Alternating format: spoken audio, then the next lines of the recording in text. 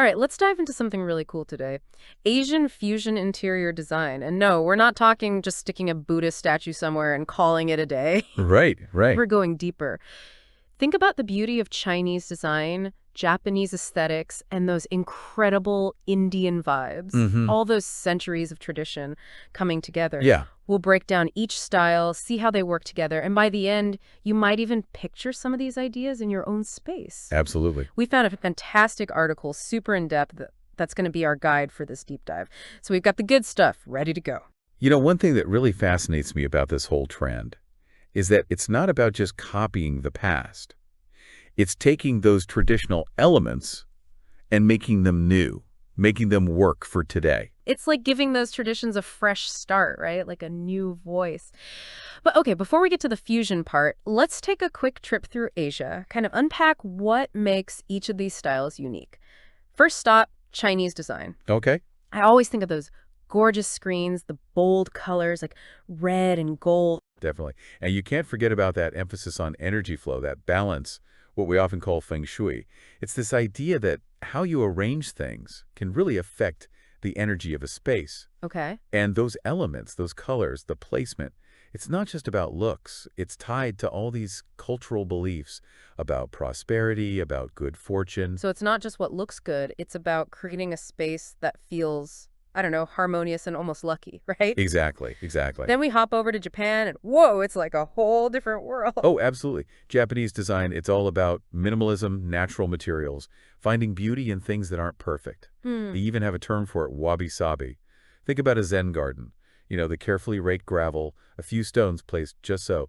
It's about simplicity, tranquility, going with the natural flow. It's like they're encouraging you to just slow down, appreciate the little things, find some peace in the middle of all the chaos. And honestly, who couldn't use a little more about these days? For sure. And then we land in India and boom, it's like someone cranked up the volume. Yeah, exactly. European design, it's all about those vibrant colors, rich textures, intricate carvings, and those incredible textiles, all handmade. It's like a celebration of their heritage, craftsmanship, and spirituality, all woven together. It's so different from that minimalist Japanese approach, but it also creates a sense of abundance and joy. Right. So we've got these three distinct styles, each with its own personality, its own philosophy. And now comes the fun part, or maybe the scary part. How do we fuse them together without it looking like a total mess? I'm already getting overwhelmed thinking about it. I hear you. But don't worry, it's not like throwing everything in a blender and hoping for the best. Right. Asian fusion, it's more like a really well-composed symphony. Okay. Each instrument has its own sound, but they create something harmonious, something unique when they play together. I'm starting to see it. So it's not just randomly mixing Chinese, Japanese, and Indian elements. It's about understanding how they can actually complement each other, create a balance. But how do we even start doing that? Well, the article lays out some core principles that are key to getting that balance right. And the first one, no surprise here, is balance itself.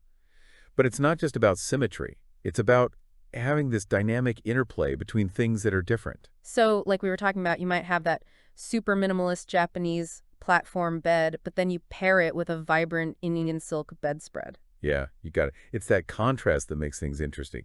That interplay of opposites, that's what gives Asian fusion its unique energy. Think about it. If everything was perfectly matched, it wouldn't be nearly as captivating. It's that tension between different elements that keeps things interesting. It's like they say opposites attract, but in design. And the article talks about another interesting principle, this idea of cultural storytelling. What does that even mean when we're talking about interior design? It means that every object you choose, it's telling a story. It's like a little whisper of where it came from, its cultural origins. A Chinese vase, a Japanese tea set, an Indian tapestry. They're not just decorations. They're artifacts that connect us to a rich history. I love that. So each piece becomes a conversation starter. It's not just about how it looks, but about the meaning it brings into your space. And speaking of deeper meaning, the article points out this common thread that runs through all three cultures, a deep respect for nature. Absolutely, and that respect shows up in their use of natural materials. We're talking wood, bamboo, stone, silk, elements that bring the feeling of the outdoors in. It grounds the space, connects it back to nature. It's like bringing a piece of the natural world into your home. But here's the thing I'm wondering. How do we incorporate all these traditional elements without feeling like we're living in a museum? That's where the idea of reimagining tradition comes in. Asian fusion isn't about just recreating the past. It's about taking those traditional motifs and reinterpreting them in a modern way. Got it. So it's not your grandma's antique shop. It's about taking your traditional elements and giving them a fresh, modern update. Exactly. Imagine a really sleek, minimalist sofa with just a few well-placed pieces of Chinese-inspired art, or a modern light fixture above a beautiful, ornate rug with traditional Indian patterns. It's that mix of old and new that makes Asian fusion so exciting. So those ancient traditions get a new life, a new voice in a modern setting. I think that's what makes this style so appealing. It's grounded in history, but feels relevant to how we live today. I totally agree. And that's what we'll explore more in the next part of our deep dive. We'll get into the nitty-gritty of how to actually create this look. Okay, so stay tuned because we're about to get into the details of bringing Asian fusion to life in your own home. All right, welcome back. We've laid the groundwork, we've explored those cultural roots, and now it's time to get, well, kind of practical. How do we make Asian fusion happen in a real space? So the article gives us a great starting point. It all begins with setting the stage, building that foundation. Okay, so I'm picturing my room like a blank canvas. What's the first step, the first brushstroke? That first brushstroke is going to be a neutral base. We're talking about creating a sense of visual calm before we start layering in all those bolder colors and textures that really make Asian fusion pop. Okay, I'm with you. So walls, maybe some of the larger furniture pieces, keeping those in a palette of whites, beiges, grays, those serene colors. But doesn't that sound a little, I don't know, bland? Who's the excitement, the fusion part? Hold on. That's just the canvas, remember. This neutral backdrop actually makes those vibrant elements, the ones that tell the cultural story, really shine. It's like setting a diamond against dark velvet. Oh, I see, I see. It's about highlighting, but strategically. But how do we know when we've added too much? I can see myself getting carried away with all those beautiful pieces we talked about. That's a common trap. The article emphasizes this idea that less is more when it comes to Asian fusion. You don't want to cram in every single Asian-inspired item you can find. Pick a few key pieces, things that you really connect with. All right, let's give this a try. I've got my neutral walls, a simple sofa. Now I'm adding a striking Chinese screen, maybe with a bold geometric pattern, and then a Japanese tea set displayed on a sleek minimalist shelf, and then to top it off, a gorgeous Indian rug with a really rich, layered design. How's that sound? You're getting it. You've got elements from each culture, but you're not overwhelming the space. Each piece has room to breathe, and they're all kind of talking to each other through those colors, patterns, and textures. Like a visual conversation. Each piece has its own story, but together they create this richer narrative. But how do we make sure this conversation doesn't devolve into a shouting match? That's where the principle of balance comes back in. Remember, we were talking about the minimalism of Japanese design versus the vibrancy of Indian textiles. You can use those contrasting elements to create a feel that's dynamic but still harmonious. So I could take that ornate Indian rug and pair it with a sleek, minimalist sofa or a delicate Japanese scroll next to a really bold piece of modern art. It's about that push and pull between different aesthetics. You got it. And that applies to every aspect of the design, from mixing old and new pieces to playing with different materials, textures. You could have a vintage Chinese cabinet sitting right next to a contemporary coffee table, or an antique Indian textile framed as a piece of modern art. I love that. It's like those traditional elements are getting a new life, a modern context. I think that's where the real magic of Asian fusion is. It's not about following a strict set of rules. It's about finding what speaks to you. Couldn't agree more. The article even suggests using mood boards or, those digital design tools to play around with different combinations before you actually buy anything or change anything permanently. Experiment with colors, textures, furniture styles until you find a balance that feels authentic to you. That takes the pressure off. It's like, hey, this is your space. Have fun with it. And speaking of fun, let's get a little more specific. We talked about color palettes earlier, but I think we need to unpack that a bit more. Absolutely. We've got those calming neutrals as our base, those whites, beiges, grays. They're like a blank canvas. And then we add those pops of color, right? Those strategic bits of vibrancy. Exactly. Chinese design, it's known for its rich reds and golds. You can add those through accent walls, artwork, decorative objects. Even something as simple as throw pillows or a rug can work. And remember, it's not just about the look. Those colors in Chinese culture are often tied to ideas of prosperity and good fortune. So we're adding meaning and visual interest. What about Japanese design? What kind of colors do you think of? Japanese palettes tend to be a bit more subdued, echoing those natural materials and that sense of peace we talked about. Earthy greens, serene blues, maybe some soft, dusky pinks. The kinds of colors you'd find in a traditional Japanese garden. Sounds very peaceful, almost meditative. And then we have Indian design, which is, well, a bit more, oh, well, we say, lively with its colors, right? For sure. Indian palettes are all about celebrating life and color. We're talking rich jewel tones, sapphire blue, emerald green, ruby red, golden yellow. Those colors can show up in textiles, artwork, even on furniture. They bring energy and vibrancy to the space. Okay, I'm picturing a beautiful silk tapestry with those jewel tones set against that backdrop of calming neutrals. It's a feast for the eyes. But how do we make sure all these different colors are working together? It feels like it could easily get out of hand. Well, that's where that neutral phase comes in. It acts as a unifying element. It grounds those bolder colors and keeps them from crashing. And it always comes back to balance. You don't want any single color to take over the entire space. It's like a visual equation, right? Maybe you have a bold red accent wall, but you balance it out with a calming blue surfa and neutral toned artwork. Exactly. You're creating a sense of visual harmony, not chaos. And don't forget about the power of repetition. You can use a particular color in smaller ways throughout the space, maybe in the throw pillows, some vases, even candles. That's a great tip. It subtly ties different elements together. And speaking of connecting elements, let's move on to patterns and textures. This is where I think Asian fusion really starts to come alive. I agree. Each culture brings its own unique set of patterns and textures to the table. Chinese design, think intricate lattice work, delicate floral motifs, bold geometric patterns. They add layers of complexity and visual interest. And then there's Japanese design, which leans more minimalist, more nature-inspired. Those simple wave patterns, the elegant bamboo motifs, and of course the iconic cherry blossom, which has so much meaning in Japanese culture. And let's not forget about textures. Think about the smooth, polished surface of lacquerware or the rough texture of handmade ceramics. The natural beauty of woven bamboo. It's a sensory experience. And then we have Indian design, which is just this incredible explosion of patterns and textures. Those intricate paisley designs, the bold geometric patterns and block printing and embroidery, the gorgeous floral motifs. It's all about celebrating abundance and detail. And the textures, oh, the textures, from the smooth, luxurious feel of silk to the rough texture of hand-woven cotton, Indian textiles offer an incredible experience. So with all these patterns and textures, how do we even begin to create a design that feels cohesive? Remember that neutral base is your friend. It allows those patterns and textures to really stand out without becoming overwhelming. And as always, balance is key. Vary the scale of the patterns. You might have a large-scale geometric pattern on a rug, and then pair it with a smaller scale floral pattern on your throw pillows. Oh, so it's about creating a visual rhythm, and texture is just as important, right? It's about making a space that's not just visually appealing, but also feels inviting to touch. Absolutely. Think about incorporating different materials like wood, stone, bamboo, silk, cotton. Layering those textures creates depth and interest. Okay, I'm starting to get a handle on this. We've got our color palette, our patterns and textures, and now it's time to talk furniture.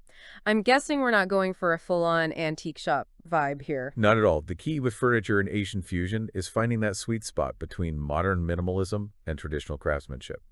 You want the foundation to be clean, simple, pieces that have a contemporary feel. Okay, so sleek sofas, minimalist coffee tables, platform beds with those clean lines, but then we can add in those traditional accents. You got it. You might incorporate a beautiful Chinese cabinet, the kind with intricate carvings, or a set of Japanese-inspired nesting tables made from bamboo. Or what about a stunning Indian daybed draped with those gorgeous textiles? I love that idea. And that's the beauty of this style. You can mix and match pieces from different cultures. You could have a Japanese-style store lamp next to a Chinese-inspired sofa, for example. It's like having a global conversation right in your living room.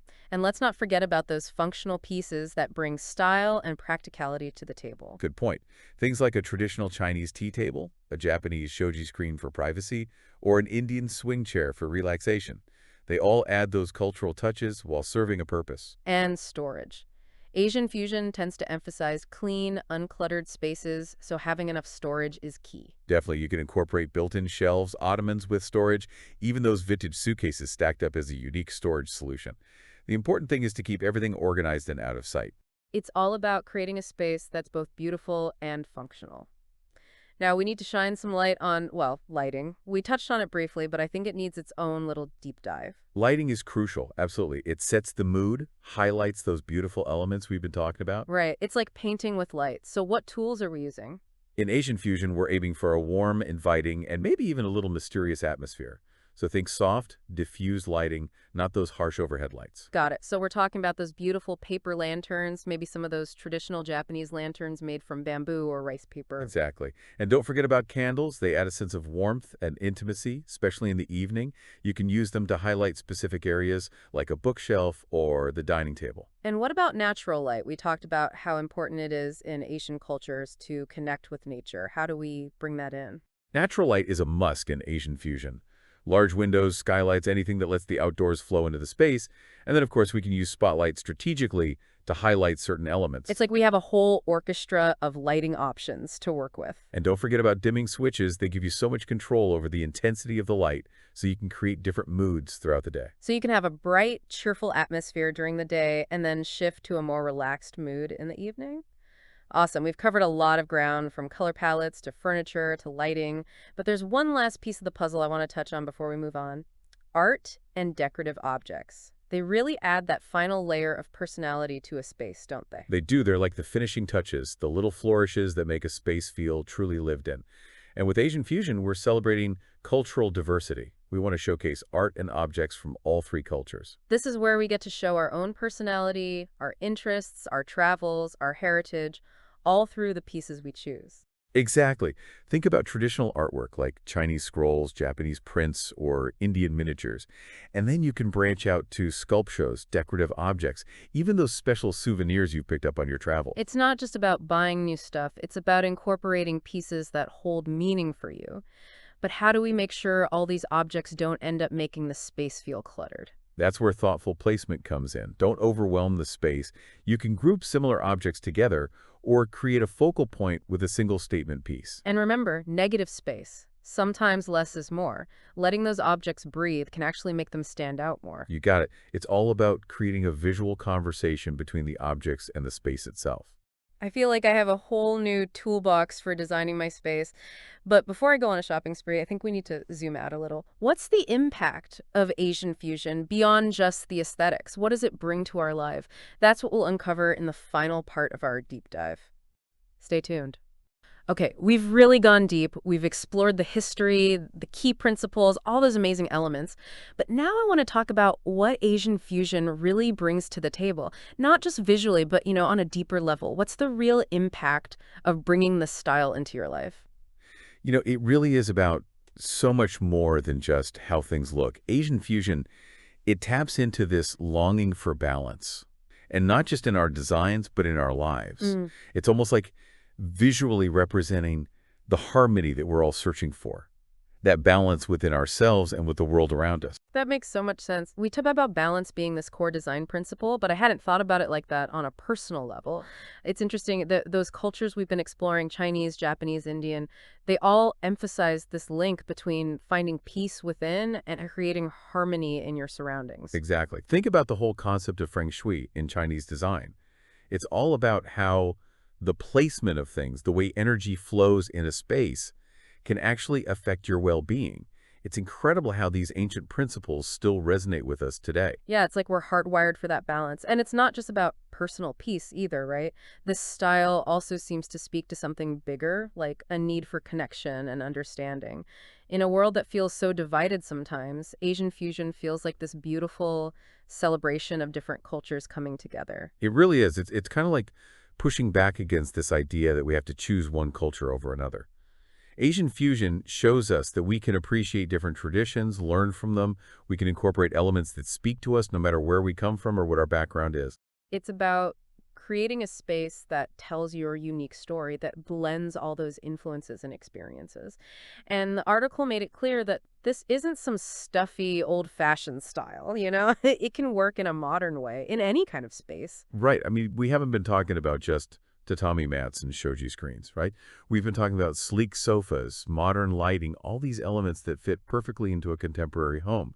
It doesn't matter if you're in a tiny city apartment or a big house in the suburbs. Asian fusion is about bringing those timeless pieces into the present in a way that feels fresh and relevant. It's like this ongoing conversation between the past and the present, between cultures, and between you and the space you create. And you know what I find really exciting about this whole style? It encourages you to be so much more creative with your design choices. It totally does. Once you start seeing how all these different styles can come together, it opens up a whole world of possibilities. You start to break free from those rigid design rules and become more confident in your own instincts, more willing to play around and make your space truly your own. It becomes less about following a formula and more about expressing your own story through design. I love that. So, as I wrap up our deep dive into Asian fusion, I want to leave you with something to think about. I'm intrigued. If you were to design your own Asian fusion space, what one element from each of those cultures, Chinese, Japanese, and Indian, would you absolutely have to include? And why? What speaks to you? What story do you want your space to tell? Let that question sink in as you look around your own home. You might see your walls in a new light or notice a texture or pattern you hadn't really paid attention to before. Asian fusion, it's not just a style, it's a journey, a way of seeing the world and your place in it in a whole new way. And hey, maybe this deep dive is just the beginning of your own design adventure. So go out there and get fusing.